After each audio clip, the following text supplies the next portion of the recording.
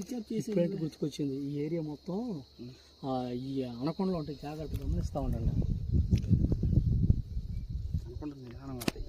చూడండి ఫ్రెండ్స్, ఇది అడవి నిమ్మకాయ. మనం డైలీ వారి యూజ్ చేసే నిమ్మకాయ వేరు, అడవిలో పండే నిమ్మకాయ వేరు. ఈ నిమ్మకాయ టేస్ట్ వచ్చేసి చేదుగా ఉంటుంది. దీంట్లో విత్తనం కూడా మూడు భాగాలుగా ఉంటుంది. విత్తనం కూడా చూసారా, గుత్తులుగా ఎలా కాసి ఉన్నాయో అడవి నిమ్మకాయలు. కొన్ని పండిపోయి ఉన్నాయి, కొన్ని ఎండిపోయి ఉన్నాయి. చూడండి అసలు ఎట్లా కాసి ఉన్నాయో అడవి నిమ్మకాయ. కొన్ని ఆయుర్వేద వాటిలో కూడా వీటిని యూజ్ చేస్తూ ఉంటారు.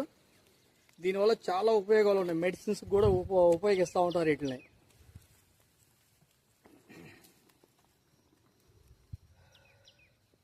ఇట్లా ఇదివరకు కాలంలో ఏం చేసేవాళ్ళంటే 3 విత్తనాలలో నిమ్మకాయ కావాలని కొంతమంది ఈ నిధులు తవ్వకాలలో ఉంటారు.